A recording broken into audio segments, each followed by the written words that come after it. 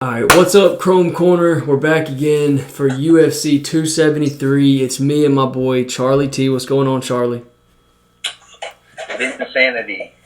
Vinsanity, hey, my favorite NBA player growing up as a kid, and he got to play for the Grizzlies for a little bit, which was cool because we're from Memphis. For those who were first time viewing, UFC 273. We're going to go over the main card. We're going to give our fight pick. We also added in two new things. We're going to pick our surefire fight for the main card, who we think is the guaranteed lock for a win.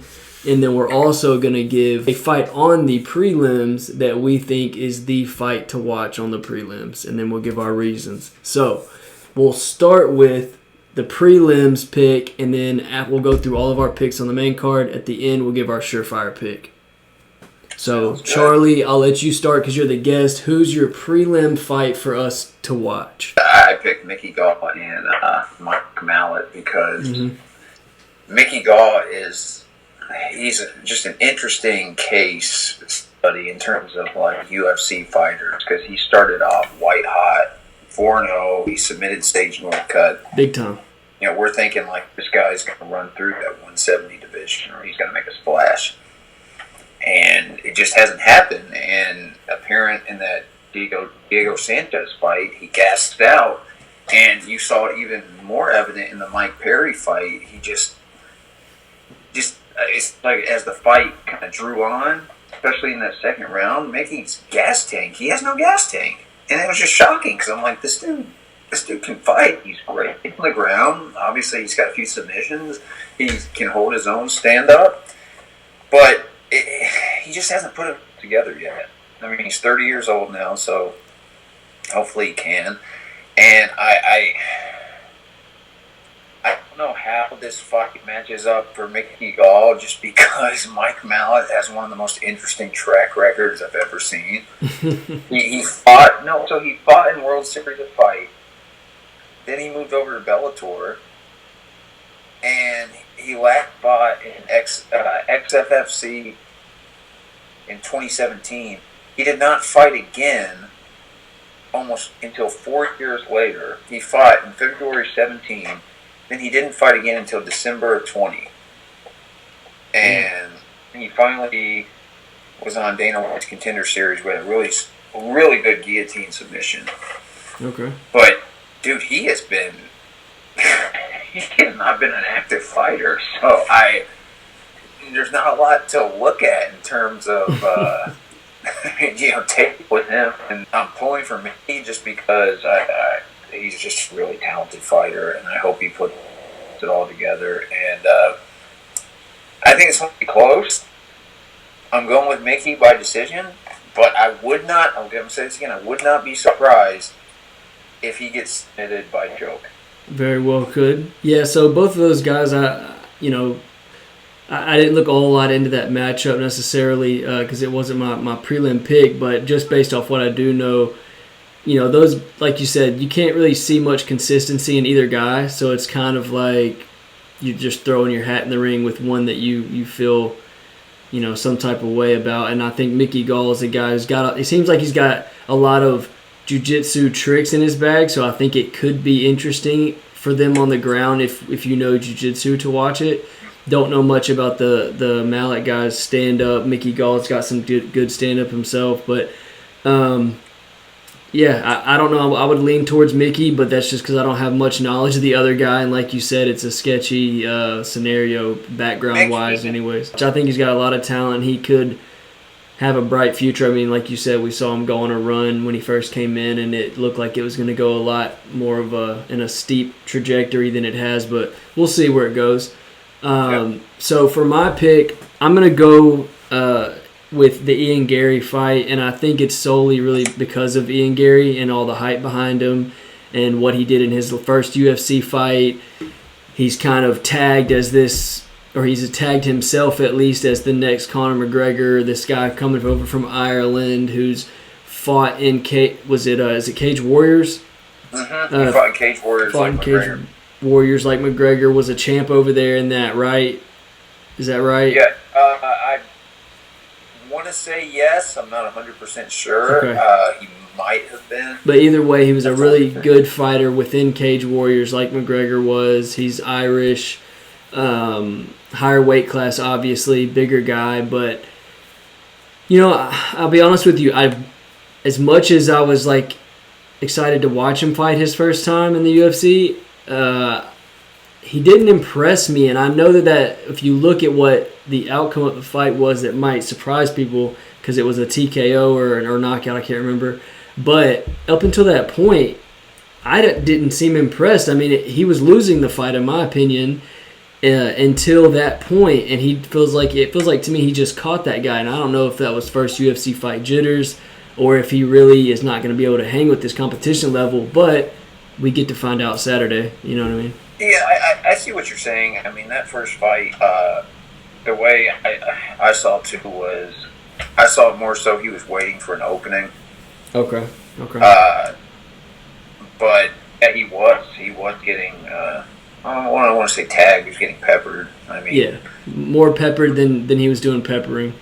Here's what the thing is. He showed how susceptible he was to taking punches, and a higher class fighter is going to expose that. Right. So he still has a long way to go in terms of moving up to 170 division. He's nowhere near top 15 ranking in my opinion, but yeah, he's like a Mickey Gall, Sage Northcutt, right? He's got a long way to go before he's ranked. Yeah, I think it's a favorable matchup for him, and I also think the UFC has a vested interest in him succeeding, winning. So I don't think at this point in his career they would put him in a matchup where he stylistically wasn't, didn't have a favorable advantage. Right. The first fight, we've got Vince from Hell Pichel with the craziest nickname ever, the most evil sounding nickname ever, dude. See, I don't think it's the best one ever though. No, but craziest and most evil sounding. If you look at him too, he's got a pretty much shaved head, buzzed head, and a big thick mustache like that stash is on point, man. The stash is strong. But what's the serial killer that used to have a mustache like that? H.H. Holmes, man. Is that H.H. Holmes? He was in like the 1800s, man. He had a thick ass mustache like that. Yeah, he reminds me of like a skinhead or something, dude. Like that's what he looks like to me. And his nickname's From Hell. He looks scary, but anyways, Vince from Hell Pichel versus Mark Madsen. Okay, for those who don't know, Mark Madsen is an Olympian wrestler. And that's even his nickname in the UFC is the Olympian now. He's only had about 3 fights in the UFC. Vince Pichel has had, I think, 7, 6, something like that, a little bit more. He's had, I want to say 9. 9, okay. So he's had a good amount of experience in the UFC compared to Mark Madsen. And Mark Madsen has a marquee win over Clay Guida, which is a big name. They're both high-level wrestlers. One's a high MMA level, one's Olympian level, but I didn't see... Anyways, you're the guest, so you get to pick first on this. Let me not go ahead into my opinion. What is your pick? Dude, I thought Clay Guida beat Mark Madsen in that fight, so that was a close one. It was a split decision. I agree.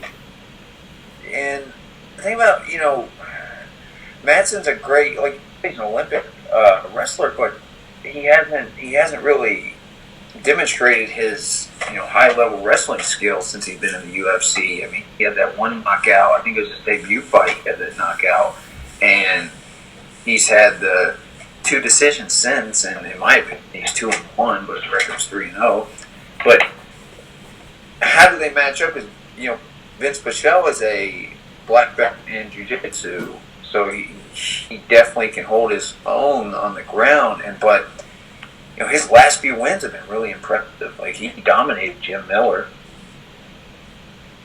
I mean, the last loss he had was to Gregor Gillespie, who's a stud.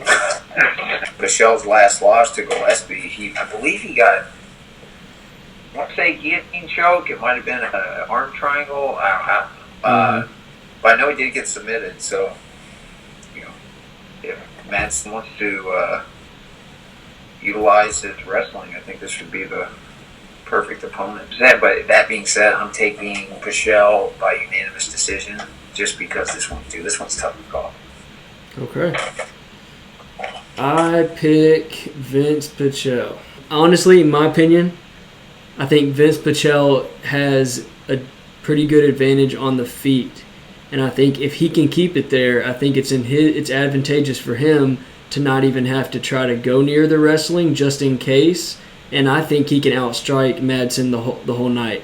But if Madsen wants to wrestle, which he doesn't show as much as he should, like we agree on that, if Mark Madsen decides to do that and go balls to the wall wrestling, then we'll get to see how good is Pichel's jiu-jitsu. But I'm going to pick Vince Pichel as well, and I'm going to pick him unanimous decision. Okay. I think he just strikes his head off because I think Madsen's in love with striking now that he became an MMA fighter, and I don't think he wrestles enough.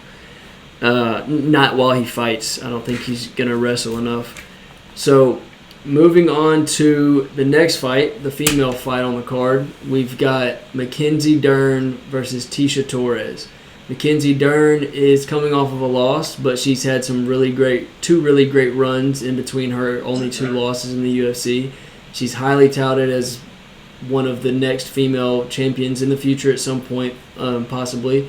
She's ranked number 5. Tisha Torres is ranked number 7. Tisha Torres is more experienced. She's been around the block for a while. She's a really good wrestler. Mackenzie Dern's extremely good at jiu-jitsu, high-level jiu-jitsu. Tisha Torres is, a little ball of fire, and Mackenzie Dern is like a more lengthy, taller fighter. So those are the differences there. Tisha Torres is coming off of a win. My pick for this fight, though, is Tisha Torres. Oh. Yeah, this is a tough one. I don't think this was an easy pick. I think that she has to utilize her strengths within the ground game, which is wrestling and scrambling. I think if she can scramble and wrestle and use her athleticism to stay away from Mackenzie's grip, tight grasp, then I think she'll win because she'll pepper her enough on the feet to get a decision. That's my opinion. But if it goes to the ground, if Mackenzie gets her on the ground, you're with a great white in deep waters. Yeah. I disagree. Okay. I think Mackenzie's last fight, she obviously it was a great fight. She clearly got beat, but they both lost to that girl, actually. Yeah. But the thing is, I do see it going to the ground, mm-hmm. and I do see Mackenzie dominating on the ground. Okay. I mean, she's the world champion, jiu-jitsu. I just the thing about Tisha Torres is the one fight, she's gone up against Andrade, Joanna, and Zhang, and nowhere in any of those fights have she demonstrated the capability of being on that level. Mm-hmm. I think Mackenzie's been inconsistent at times, but I think she has the potential to be in that upper echelon, top 5, pound for pound women's rankings. I mean, right now, was she right outside the top 10? No, she's ranked. Mackenzie's like number. top 15. She's 5. She's 5. She's 5, and Tisha Torres is number 7. No, I mean like pound for pound. I'm talking Oh, pound for pound? I don't know. Okay, well, she's she has the potential to be a top, in her division, top 2. Gotcha. I don't think she'll win the belt, but and then pound for pound, I think she has the potential to be the top 5. Similar to when John Fitch was, taking care of business at 170, just the only person he couldn't beat was George St. Pierre. She has that potential. In this fight, she just has to, take it to the ground, control, and I think she squeaks out a unanimous decision victory. Okay. Control points? Control points all the way. All right. And then knock her out. So moving on to third fight of the main card, we've got Gilbert Durinho Burns versus Khamzat Chimaev.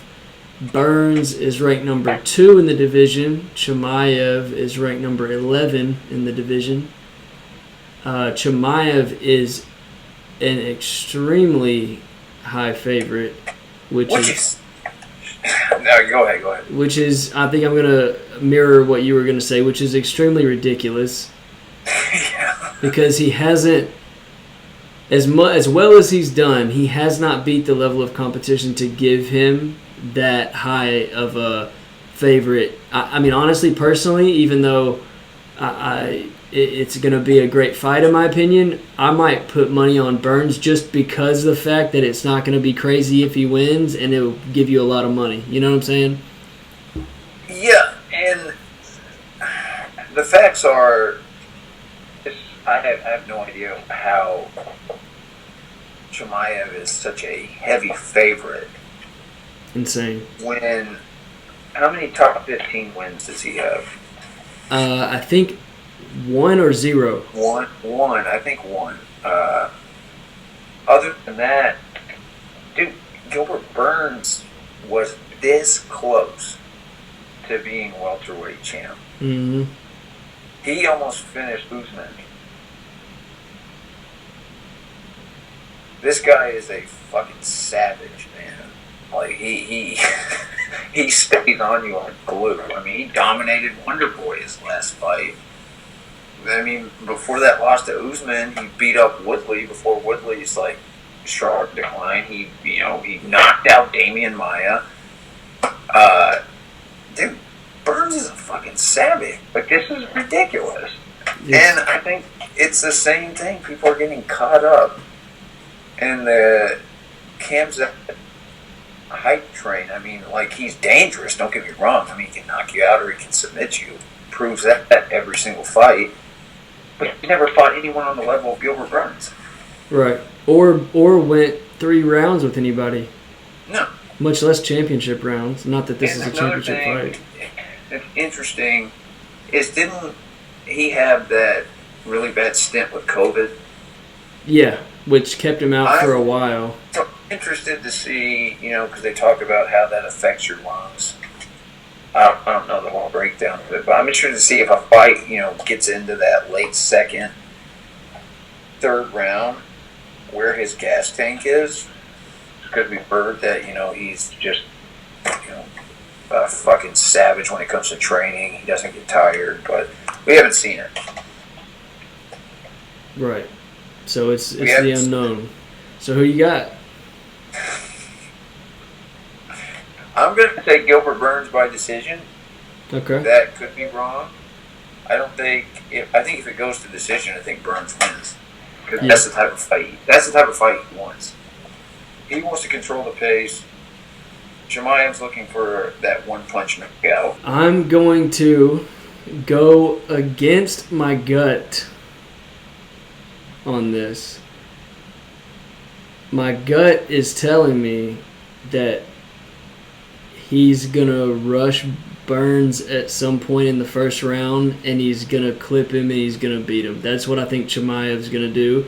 That's what my gut's telling me, but I know as, whatever you want to call us, like an analyst or someone who's an enthusiast or whatever, too many times, betting on the bum rush like that, it just doesn't work. It's a safer bet to go with the veteran, the guy who's proven. So I'm going to pick Burns in a decision. But something in my gut, man, I don't know what it is. Chimaev just has that aura about him, you know what I mean? Yeah, he does, but everyone has an aura until they meet their match. Right, that's the thing. You never know when that aura is going to die along the way. And he's got a 4-inch reach advantage. He's never been in a 3-round fight, not UFC, not full 3 rounds of a fight in the UFC. But we'll see. I think Gilbert Burns, veteran, slick knowledge, fight IQ is going to come out. Co-main event of the night, we've got 2, we'll call both champions, I guess, because Aljamain Sterling has the belt by default. Peter Yan, in most people's eyes, is still the real champion, and he's previous champion. Sterling being the American, Peter Yan the Russian. Peter Yan's a favorite, heavy favorite at -405. I'm going to pick Peter Yan. I can't pick Aljamain Sterling when I have the only evidence I have of them two going against each other in a fight. He did so bad. I feel like Peter Yan dominated him until the point of the illegal knee last fight, and that's why it ended the way it did. And I can't, as much as I want the American to win, I'm pulling for the American. I just feel like Peter Yan's going to get it done. He's a tough dude, And on the flip side of things, just to play devil's advocate, I don't think we've really seen Peter Yan tested, and I am curious whenever he does get tested, what it will look like. If he ever gets clips, what it'll look like. If he ever gets, ragdolled or on the ground or anything, what would it look like? But I'm going Yan by third round, or let me go fourth round TKO. Oh, okay. Interesting. Mm-hmm. I mean, yeah, Peter Yan's not going to lose this fight. Like, dude, it wasn't even close. That first fight. No. It wasn't even close. Like, Aljo was getting fucking manhandled. And it's not to say he's not one of the best, 135ers in the world, because obviously he is. That submission of Sandhagen was outrageous. But yeah, he just doesn't, stylistically, he can't give Peter Yan a tough fight. He can't stand with him. Yan's going to pick him apart. I think the only person in that 135 right now who can step in there and give Yan like a really tough fight, just because he can take a punch and he continues to push forward, is TJ. That would be an interesting fight. I do look forward to seeing that one day. That being said, I think the most talented 135er besides Yan is the guy he beat last fight, Sandhagen. That guy's a fucking wizard, man, when it comes to striking. Yeah. Some of the combinations he puts together are just outrageous. Yeah, but Yan's gonna win. I'm taking knockout too. I'm going second round. Second round, okay. Yeah, the only way that I see Aljo having a chance, or I see his best path if he has to pick a path in this fight, is if he can out-wrestle Yan. But in the last fight, when they got in exchanges like that, it didn't seem like he did well at all, and it was odd to me, because he's a pretty good wrestler for the division. You know what I mean? Yeah. So, anyways. But it's just, no, he's not. I don't know what it is, though, because it's not like Yan's a good wrestler, or known for being a great wrestler. Sorry, I don't know if he's a good wrestler, but I guess it's just his defensive MMA wrestling. He just kept Aljamain completely away from getting anything significant. But we'll move on to the main event. We've got Alexander the Great Volkanovski versus Korean Zombie. Volkanovski is the champ. Korean Zombie's ranked number 4. Kind of got this fight by default because Max Holloway had to pull out with an injury. It would have been the trilogy for Holloway versus Volkanovski. Volkanovski is the heaviest favorite on the card, rightfully so. He's -720 against the Korean Zombie, and it is your pick. So who you got? Yeah, Korean Zombie's got knockout power, but then again, he's not fighting Frankie at this fight. He's fighting Volkanovski, and Korean Zombie couldn't even beat Brian Ortega. And Ortega, I still don't see how he didn't choke out Volkanovski, but still. Yeah. Yeah, this is an easy pick. Volkanovski's going to win. So the tough part is just saying, like, do you think he's going to win by knockout, or do you think he's going to win by decision? And that's a tough one for me, just because I don't know. It's just because when he fought Holloway, he had he didn't knock him out. He had a decision. That first one was a pretty easy decision. That second one, I thought he lost. Yeah. But he hasn't knocked anyone else since Chad Mendez, and that was 4 years ago. So, I think Volkanovski punishes him. I think he lands combo after combo. I think he picks him apart. I think he wins by decision, unanimous. When I was watching his film, if I had to pick out one thing that Korean Zombie would be keying on or trying to land, and so we'll watch for this when we're watching the fight, is uppercuts. So he's knocked out 2 different people. I think one of them was Poirier he choked out Poirier, but he rocked him with an uppercut. And there was another fight where he knocked someone out with an uppercut. He likes to throw this shoveling, like kind of jumping forward uppercut. And when you have a guy like Volkanovski who's like 4 or 5 inches shorter, an uppercut's easy to land, of all shots. So if he was going to look for something, I think that's what he would be looking for. They're pretty even in arm length. Korean Zombie has longer legs, but he doesn't throw kicks very much or that. It's like he's a kickboxer or anything. So I'm going to go Volk. I think he's just proven. I think he's faster, and I think he gets it done. Let's say unanimous decision. Put your money on it. Take it to the bank. We think that this person's going to win this fight for sure. You want to go first, or you want me to roll? I'll go first. I mean, a surefire for me is Volkanovski. Normally, I would say Peter Yan, but Sterling is much tougher competition than Korean Zombie. Okay. So, Volkov ain't coming close to losing that fight. I don't even think he loses a round.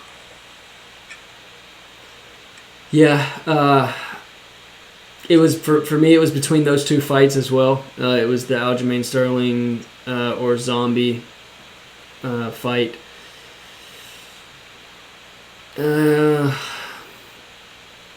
I guess I'm gonna stick with what I was thinking. I was gonna say that Volk, just like you said, Volkanovski's the most surefire win. I think we've seen all that Korean Zombie has in his toolbox, and I think that he's not going to change much moving forward. I think Sterling has more of a chance to bring a different game plan to this fight than he did their last fight and just show us something different. I think he has more of a shot at doing that more well-rounded game than Zombie. So that's my take on why it's more surefire. Yeah, I mean that's the easy money pick. I mean, heaviest favorite on the card, so we're not saying anything crazy here. We're going with who the Vegas odds say as well. But guys, that is UFC 273, Volkanovski versus Zombie, and we're out. Let's get it.